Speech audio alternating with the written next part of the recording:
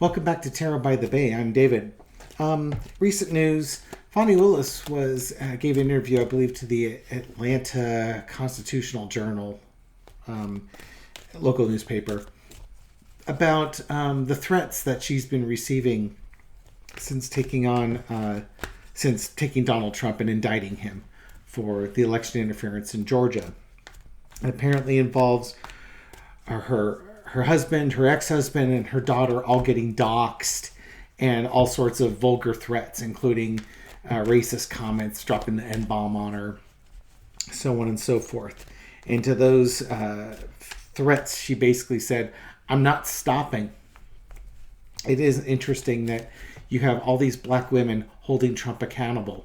Letitia James, Fani Willis, Judge Chutkan, Tanya Chutkan, amongst others. So, question came in on the community page: is Fani Willis going to be safe? Are the jurors that sit on that trial, or the grand jurors, are they going to be safe? So, let's take a look at Fani Willis, the grand jurors, and the jurors. Entertainment purposes only, but because this is such an entertaining reading, we busted out the grounding crystals for this one. So, the times we live in, I tell you what. So, Fani Willis, is she going to be okay? Is she going to need protection? How are things going on with her? Do I have this upside down? I have this upside down. Longing for the good old days, but, we don't want to go too far back into the good old days because she wouldn't be in her position she's in today. I think this is not even naivety. This is people not being nice to each other, not being respectful. She's in a position of authority, and before people would defer to people of authority, but her problem is she's a woman and a woman of color.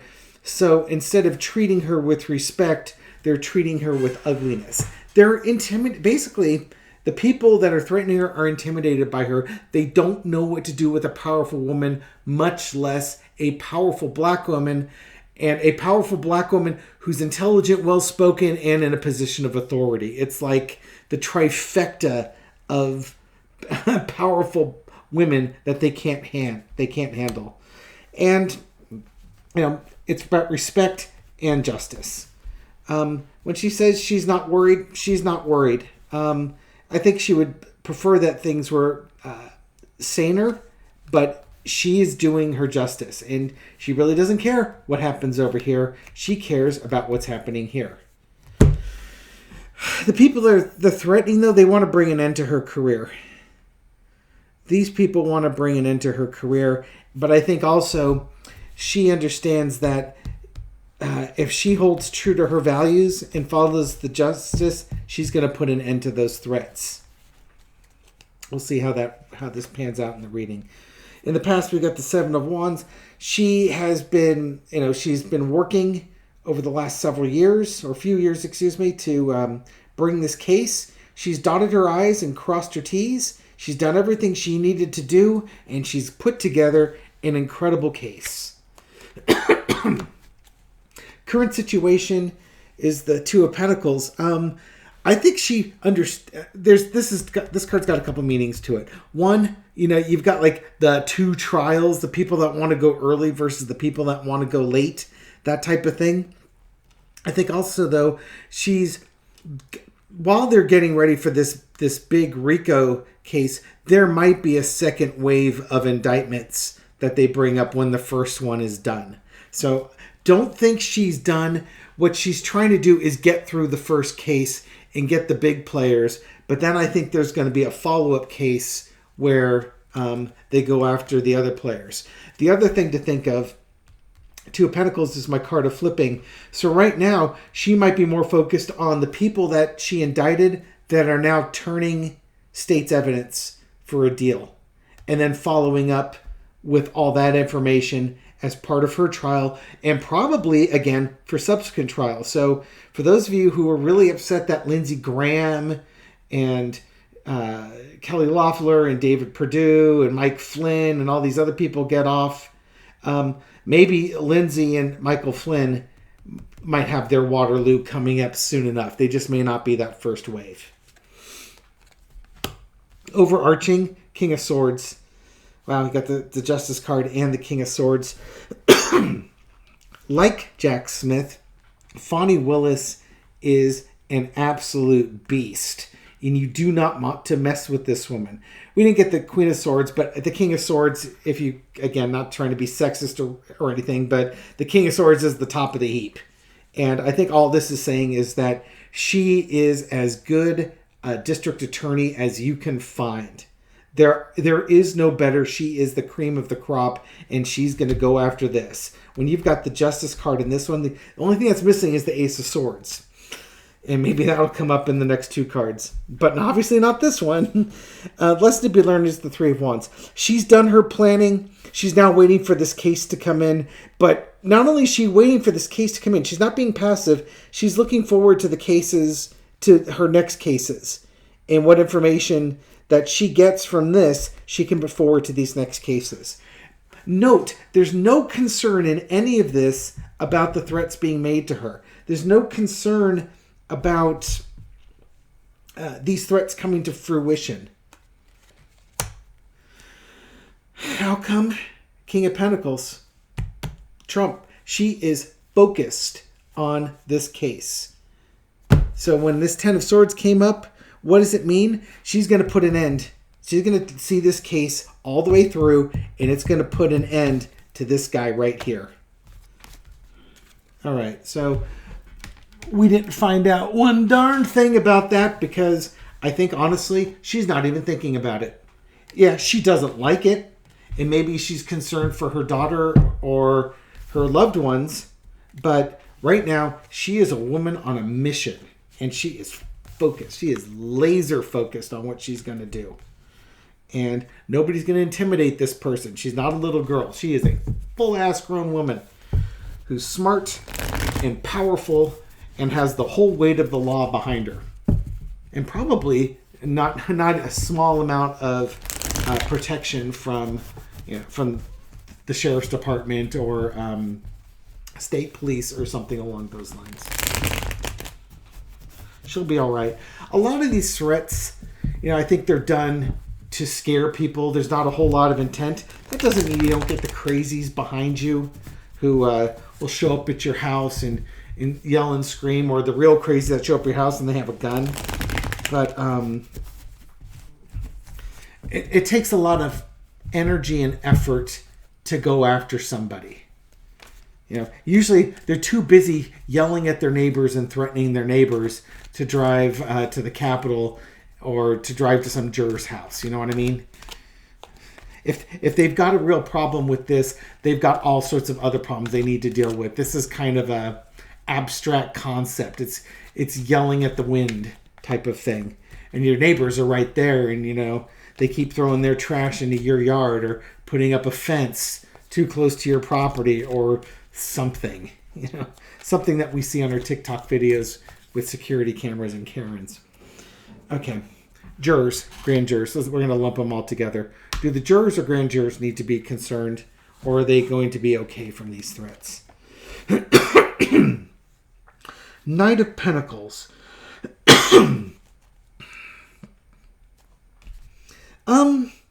Some will be concerned about it. They don't have the resources that the government officials have. Maybe there's going to be some offer. There's going to be something of value offered.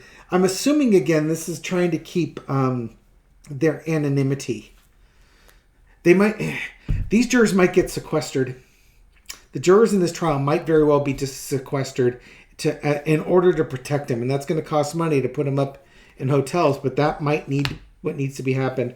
And part of it is to keep confusion as to where their location is. Keep their locations hidden. I suspect these jurors will be sequestered. And underneath is the Page of Swords. To keep them hidden from people who, if they leak out their information, they won't be available to intimidate them at their house. So if these people go looking, they're not at the house. That doesn't mean these jurors don't hear about from family members. But I think there's going to be sequestering of the jurors. And if the grand jurors, Yeah, they'll catch some grief from the crazies, but the crazies have. It's going to be short-lived for the grand jurors, because they're not in the news anymore. They've already done what they needed to do, and there's other people to harass and intimidate, and that's going to attract more of the nasty crowd. In the past, we've got the Two of Pentacles. It's kind of weighing the value of things. Talking about grand juror safety. Maybe this is the Georgia trying to figure out how to protect these jurors now that information's gotten out. For the grand jurors, the information's out. They've already been doxxed. There's not much you can do about it, but you can take better steps for the jurors that will be selected for this case. Current energy, yeah, it's an all or nothing type of thing. There's no winners, only losers in this one. Expect that if you get on this grand jury, or on this jury, you're going to be sequestered, and it's going to be for a while. This is a RICO case. This is not going to go quickly. I could be wrong. But I don't think I am. I really do think they're going to sequester him, and they're just going to have to bite the bullet on this. But I think this is also for the people, for some of the people that are making the threats. And maybe that's what this is. What do we do about these threats? And for the people that make the worst threats, they go after them and make a public spectacle of going after these people. Kind of like, the January 6th insurrectionists going on trial and going to prison and losing their jobs and stuff like that. They go after these people to send a message to the other ones that their threatening jurors is going to be dealt with. They'll go after the most egregious ones, but it'll get the message across. I think that's what they're going to need to do on this. And it's interesting. You've got the moon card to sequester them, and then you have the sun card over it. They might be doing plans, but I think that's what the plan is going to be. Unveil who the trolls are. The trolls work best when they're in the dark. They don't like being in the light. The lesson to be learned is the Ace of Cups. For a lot of these people, they're just lashing out because they're being told to. They emotionally can't handle it. And again, if you expose them for who they are, there'll be consequences that they don't want to deal with. And as I'm seeing the streams of liquid come off of this, I'm reminded of that one insurrectionist who got like 13 years, and he's in the courtroom sobbing about how unfair it is and how really, really super sorry he is and all that. And please don't put me away for 13 years. I am so sorry. Dude, you did the crime. And, you posted online about how it was your proudest day ever and you took the Capitol and, screw Biden and all that stuff. But when the consequences came, you were a blubbering coward. And that's what these people are. They're blubbering cowards. Hold them accountable, throw them in prison, watch them blubber on camera, watch all the other people think twice about calling. Only the drunk, stupid ones will keep calling. Outcome, Four of Cups.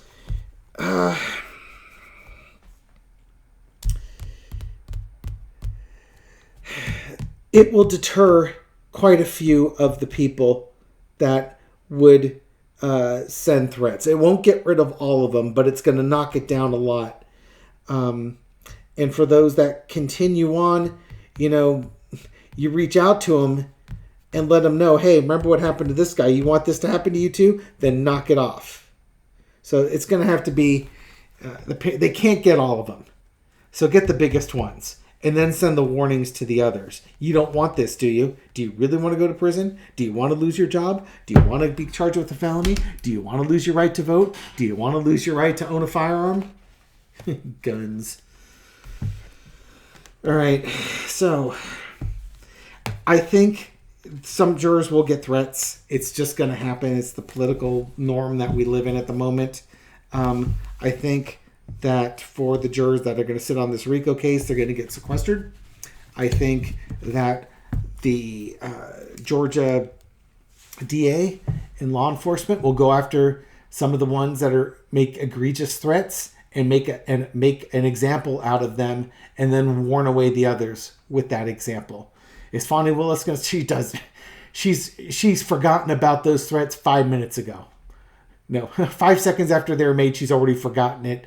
Delete or whatever she does with it, and is focused fully on this case, this RICO case with Donald Trump, and getting information from those who would flip so she can build up her next wave of cases.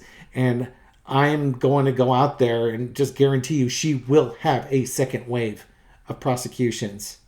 And the Michael Flynn's and Lindsey Graham's of this world should be a little bit nervous about that second wave.